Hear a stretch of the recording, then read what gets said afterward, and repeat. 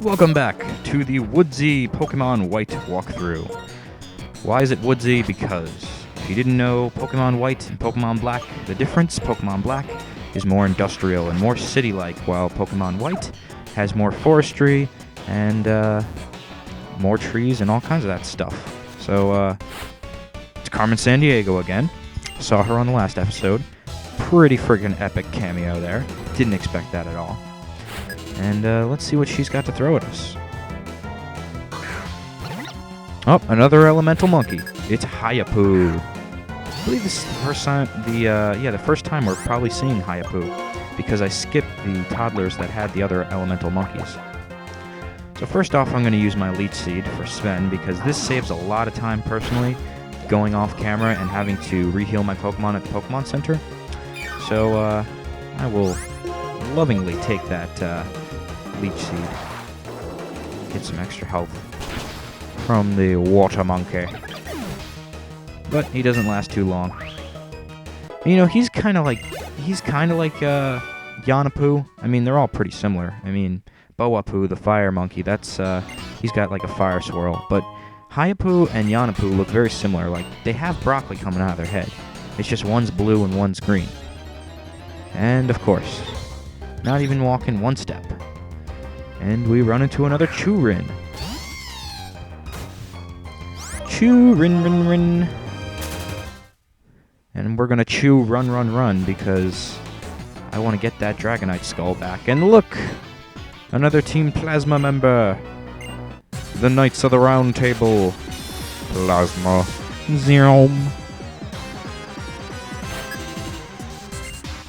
Alright, Plasma. What you got first now? Oh, nothing. Nothing. You got nothing! Minizumi. Please. Alright, so that's Detect, by the way. I mistakenly called that Leer in one episode, but truly that's Detect. And that's why he got to go first. Somehow he's still, oh no, wait. No, I forgot that Bide does hit first. But, yeah, you want to bide? That's just fine. We'll bide our time with some Leech Seed. Look at that. Sven's already back in the green. See, and I didn't even have to go to the Pokemon Center. That's what I'm talking about. I'm just going to take a leap of faith here, though, and say, boom. Look at that. Perfect combo. Done, son. Oh, I love Leech Seed. Just what a brutal way to die. It's like, oh, look, he can use his bite attack now. Oh, no, wait, he had Leech Seed. Never mind. Okay.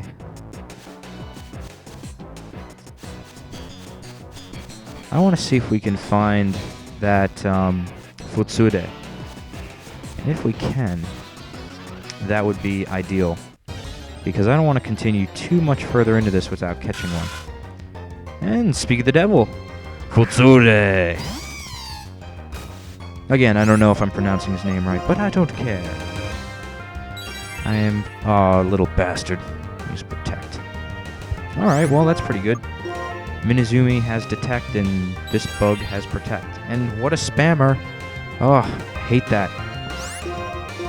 They don't even have a strategy. It's not like I'm poisoned or anything. It's not like you're stalling me. Although, this can be raised into a good wall stall. I know we're not really going into the metagame yet, but I'll tell you, this guy is probably going to be used for that. Although he has the disadvantage of being a bug poison, but as I mentioned before, I like working with a ragtag team of rough, tough, and hard-to-work-with types. It's part of the reason I like to pick Sven. It's because grass types are usually weak to a lot of things. So there we go, we got Futsude. And I'm going to be nicknaming him Amorbus. Now, unfortunately, I can't really fully spell that out, but if you don't know what Amorbus is, as you can see my screen burning away here, this is what he is. That's an Amorbus, and his final form, his final evolution, looks like that, minus the two other heads. So, back over to where that plasma guy was, across that log. Now that we have our Futsude, our Amorbus Prime. Yeah, so that Amorbus is from Metroid Prime 2. I pretty much name all my Pokemon in a shout-out to something, so it's pretty cool to track what I've been naming them all after. And speak of the devil, another elemental monkey. All the rangers have Monkers. And this is Boapu.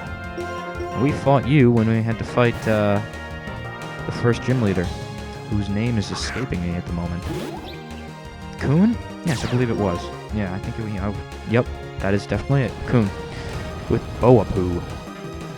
Had to get my Genobi out of there. Almost went and called him Sutarja again, but he's not. He's evolved. And damn, I didn't count on that thing having Lick. Even though I think I have seen it use Lick. Or maybe that was one of the other monkeys. I'm not sure. Muna, hang in there. Come on, powerful Psybeam, powerful Psybeam. Alright, I think I can take one more lick. I can take one more licking. Yes, just don't get paralyzed, and we're good. Psybeam to the face, and you're down. You're dead.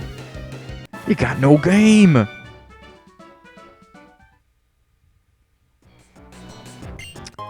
Alright, I don't know what these rangers are doing, like talking to us afterwards. Maybe they're giving us stuff. That would be sweet. I want to go and see what that item is. So, let's gingerly walk over there. I don't know if we can get that item up there yet. And bah, not even going there. Not even going there either. Too many Churins in this place. Freaking grass bulb Pokemon. Guess it's good if you need a grass type on your team. But seriously, I don't, so stop showing up. My goodness. Yes, if you walk through the grass, it lessens the chance you'll see wild Pokemon. But in this game, holy crap, wild Pokemon at every footstep. And you must have the skull.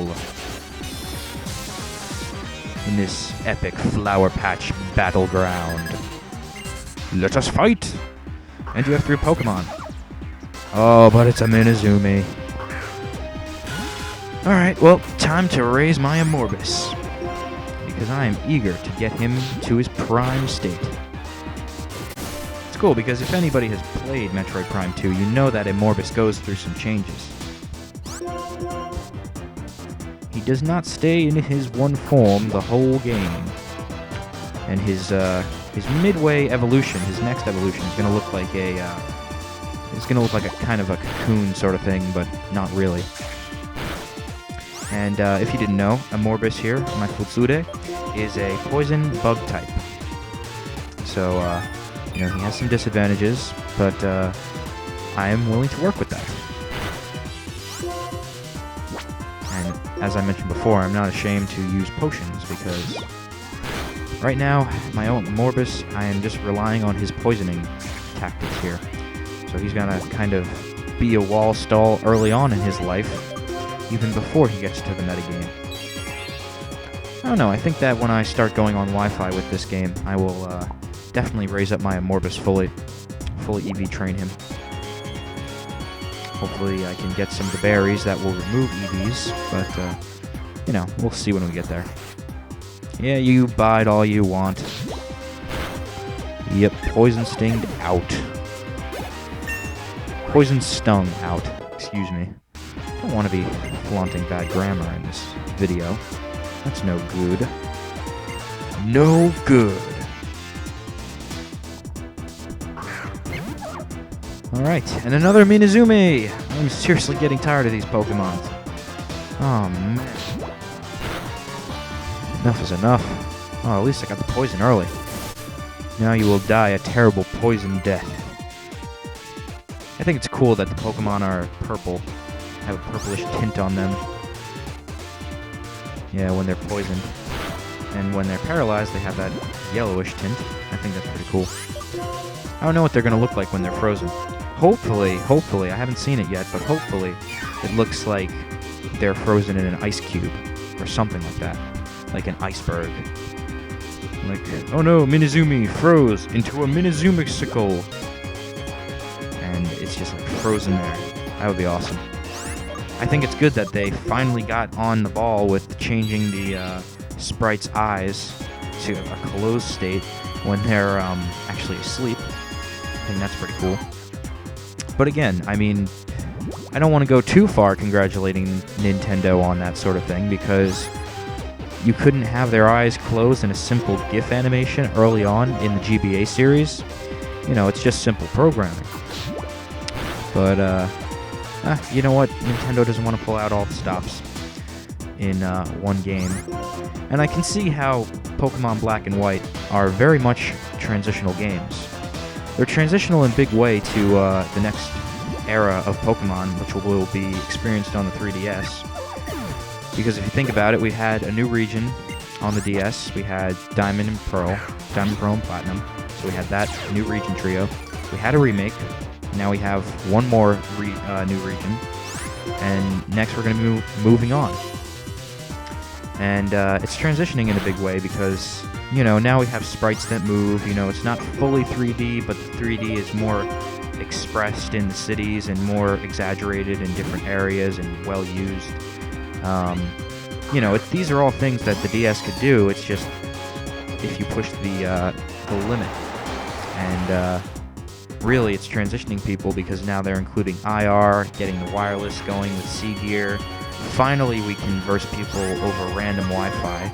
I mean, the fact that we had to wait to the Pokemon Battle Revolution, a game that was quite frankly, just not fully there, in my opinion. I did not feel that was worth $50, even though I bought it, like, pre-ordered it.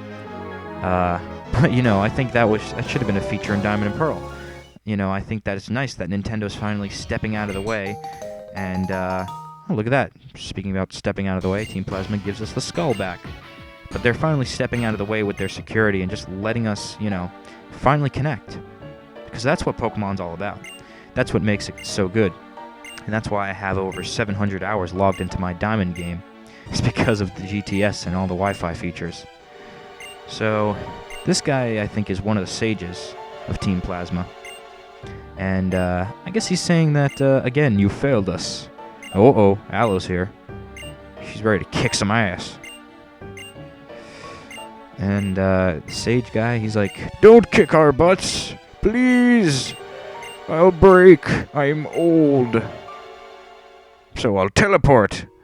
Freaking old guys. Like an Abra. Like a freaking Abra. Next time I'll use an Ultra Ball on him. Anyway, so Aloe's happy. Hideki is, or Hideki. Why am I saying Hideki? Atai is quite happy. And, Aloe is thanking us here. Giving us some sort of item. And, I greatly appreciate that. Alright, very cool. So, let's, see if we can get out of these woods. Oh, get another item. That's always good. I think we'll end it off right up here with this beautiful scenery. See you next time, guys.